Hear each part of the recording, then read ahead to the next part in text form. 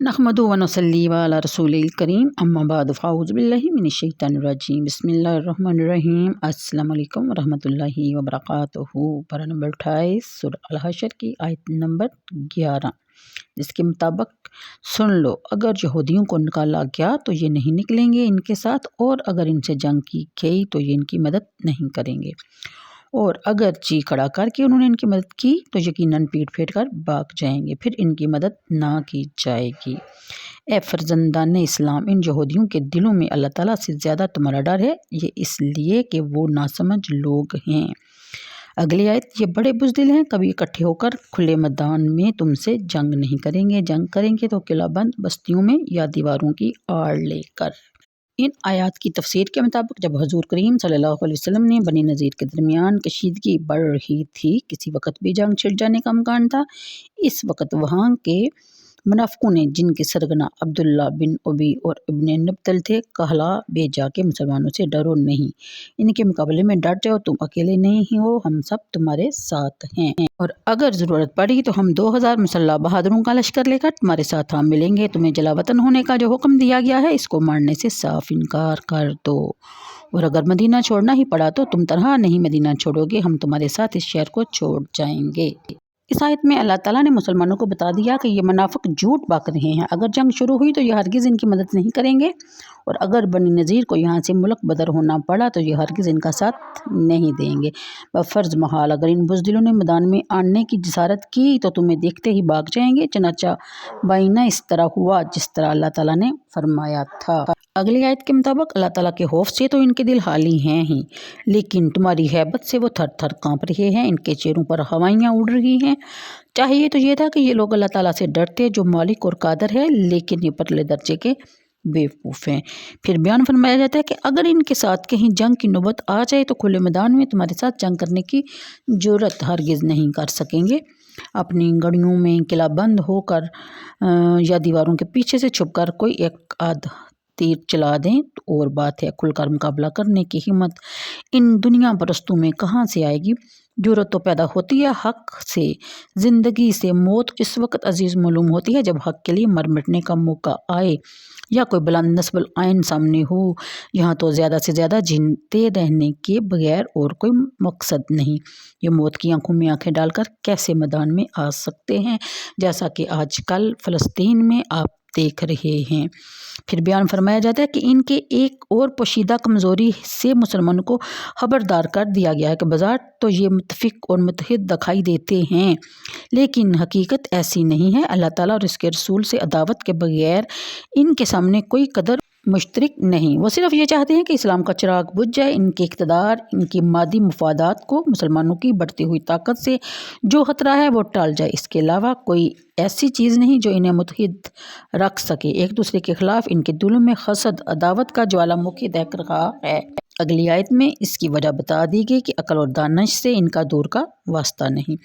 फिर बयान फरमाया गया कि हमेशा से यही होता आया कि जो लोग अल्लाह ताला और इसके भेजे हुए रसूलों की मुखालफत में कमर बस्ता हो जाते हैं, इनका अंजाम बड़ा इबरतनाक होता है। अभी अभी बदन में तुम कुरैश की नखुवत को पमाल होते देख चुके हो। बनी कनीका का जो हशर हुआ वो तुम्हें भूला ना होगा, तुम्हारे साथ में यही बर्ताव किया जाएगा। फिर बयान फरमाया गया कि शैतान का ये काम है कि वो पहले दोस्त और खैर ख्वाह के रूप में आता है। इंसान जब इसके जाल में फंस जाता है तो वो इससे बेजार और मददगार छोड़कर रफू चक्कर हो जाता है। बदर के मौका पर भी ऐसा ही हुआ था।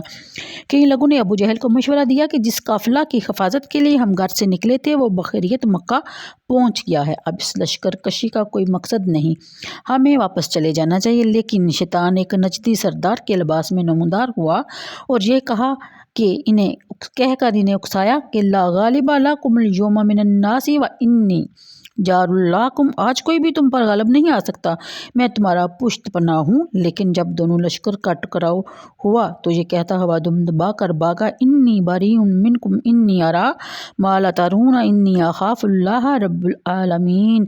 अबू जहल और इसके साथियों, मैं तुमसे बरीउल ज़िम्मा हूँ, मैं वो देख रहा हूँ जो तुम नहीं देख सकते, मुझे अल्लाह ताला से डर लगता है। शैतान का हमेशा से यही दस्तूर रहा है।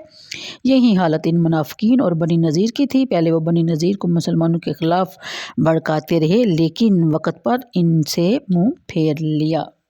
اگلی آیت میں بیان فرمایا جاتا ہے کہ یہود کے غدار اور عہد شکنی کی سزا اور منافقین کے مکر و نفاق کے ذکر کے بعد اب ایمان والوں کو جھنجھوڑا جا رہا ہے اور انہیں نصیحت کی جا رہی ہے کہ اے فرزندان اسلام، تقوی کو اپنا شعار بناؤ، ہوشیار ایسی راہ پر قدم نہ اٹھے جس سے تمہارے رب نے تمہیں روکا ہے اور اس کے احکام کی تعمیل میں کوتاہی نہ ہو۔ نیز یہ بھی تاکید فرمائی کہ ہر شخص اپنا محاسبہ کرتا رہے کہ اس نے اپنی عاقبت کے لیے کیا ذخیرہ تیار کیا ہے۔ جو شخص آج کی خوشیوں میں یوں کھو جائے کہ اسے کل کی ہوش نہ رہے، وہ دانا نہیں نادان ہے۔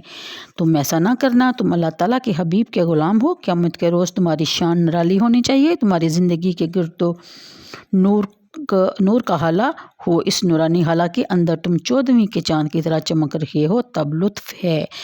دوبارہ پھر تقویٰ کی تاکید فرما دی گئی اور بتا دیا گیا کہ تم جو کچھ کام کرتے ہو تمہارا خداوند ذوالجلال اس سے خوب باخبر ہے۔ اگلی آیت میں بڑی اہم حقیقت کی طرف بڑے ہی دل نشین انداز میں متوجہ کیا جا رہا ہے۔ بتایا جا رہا ہے کہ جو خدا کو فراموش کر دیتا ہے وہ صرف خدا فراموش ہی نہیں ہوتا اور خود فراموش بھی بن جاتا ہے۔ اس لیے اپنے نفع اور نقصان کا صحیح اندازہ نہیں ہوتا۔ وہ سوچتا ہے یہ کام اس کے لیے مفید ہوگا، اس کے فارغ البالی کا سبب بنے گا، اس کی عزت کو چار چاند لگائے گا، اس کے اقتدار کو استحکام بخشے گا۔ در حقیقت وہ کام اس کی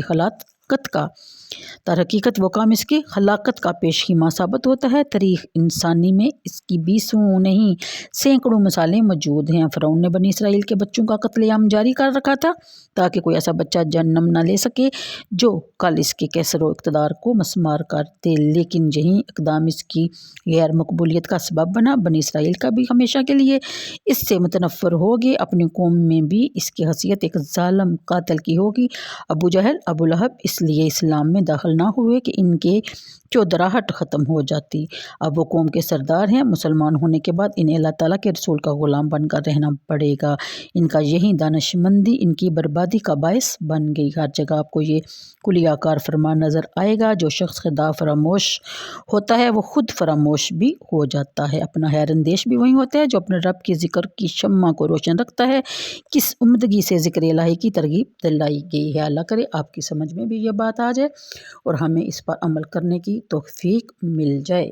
اگلی آیت میں بیان فرمایا جاتا ہے کہ یعنی پہاڑ کو اگر عقل و فہم عطا کیا جاتا اور پھر قرآن اس پر نازل کیا جاتا تو وہ اس کی ہیبت اور جلال سے سر تسلیم ہم کر دیتا اور ریزہ ریزہ ہو جاتا۔ انسان جو ایک مشتاق ہے، اسے یہ حق نہیں پہنچتا کہ وہ ایسے کلام کے مواعظ میں غور نہ کرے اور اس چشمہ فیض سے سیراب نہ ہو۔ تو آج کے لیے اتنا ہی، مجھے دیجیے اجازت، دعاؤں میں یاد رکھیے اور ویڈیو کو لائک اور شیئر کر دیا کیجیے۔ اللہ حافظ۔